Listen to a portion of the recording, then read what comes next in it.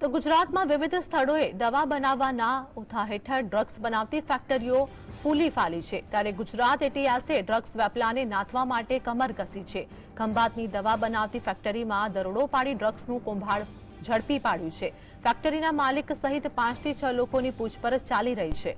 ખંભાતના લુણેજ ખાતેથી એટીએસ દ્વારા મેડિસિન બનાવતી ફેક્ટરીમાં દરોડો પાડીને ડ્રગ્સ બનાવવાનું કૌભાંડ ઝડપી પાડ્યું છે।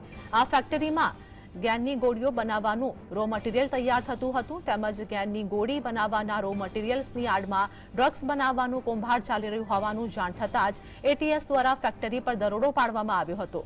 ફેક્ટરીમાંથી મોટા પ્રમાણમાં ડ્રગ્સનો જથ્થો ઝડપી લેવામાં આવ્યો। ફેક્ટરીમાંથી પકડાયેલા ડ્રગ્સના આ જથ્થાની મોડી રાત્રે સુધી ગણતરી ચાલુ હતી।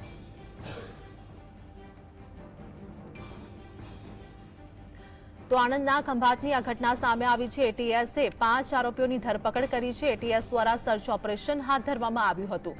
તો ઘટના અંગે વાત કરીએ કે ખંભાતમાં ઊંઘની દવા બનાવતી ગેરકાયદેસર ફેક્ટરીનો પર્દાફાશ કરવામાં આવ્યો છે।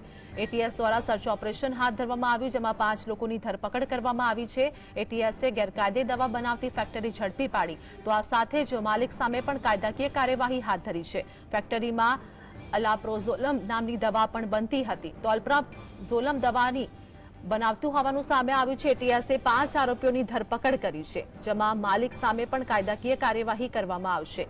આણંદના ખંભાતની વાત કરીએ કે ઊંઘની દવા બનાવતી ગેરકાયદેસર ફેક્ટરીનો પર્દાફાશ એટીએસ દ્વારા કરવામાં આવ્યો છે। એટીએસના સર્ચ ઓપરેશન દરમિયાન ફેક્ટરી ઝડપી પાડવામાં આવી હતી, જેમાં ગેરકાયદેસર દવા બનાવતી આ ફેક્ટરી સામે કાર્યવાહી કરવામાં આવી છે। ફેક્ટરીમાં બનતી અલ્પ્રાઝોલમ નામની દવા બનાવવામાં આવતી હોવાનું પણ સામે આવ્યું છે। તો આ એક ઊંઘની દવા છે, ગેનની દવા હોવાનું પણ સામે આવ્યું। એટીએસે 5 આરોપીઓની ધરપકડ કરી છે।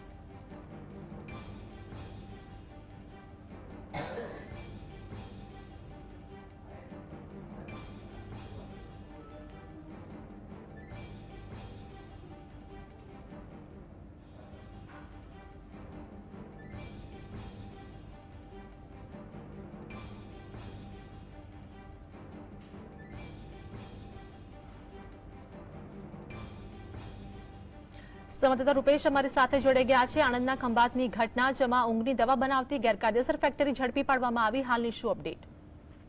જી ચોક્કસ, આ જે ખંભાતની આ ઘટના છે, જે રીતે ઇનપુટ્સ મળ્યા હતા એટીએસ ને, તેના આધારે ખંભાતની સોખડા જીઆઈડીસીમાં આવેલી કંપનીમાં તપાસ હાથ ધરવામાં આવી। ગ્રીન લાઇફ ઇન્ડસ્ટ્રીઝ નામની આ કંપની હોવાનું બહાર આવ્યું છે, જ્યાં આગળ ડ્રગ્સનું એટલે ફાર્માસ્યુટિકલ્સની આડમાં કે કેમિકલની આડમાં ડ્રગ્સનું ઉત્પાદન થતું હોવાનું બહાર આવ્યું હતું। એટલે જે તપાસ હાથ ધર્યા પછી 4 થી 5 લોકોને જે અટકાયત કરીને પૂછપરછ પણ હાથ ધરાઈ રહી છે। જી રૂપેશ, માલિક સામે શું કાર્યવાહી હાથ ધરવામાં આવશે? કેટલા સમયથી આ કંપની ચાલતી હતી? શું બહાર આવ્યું છે પુરાવામાં?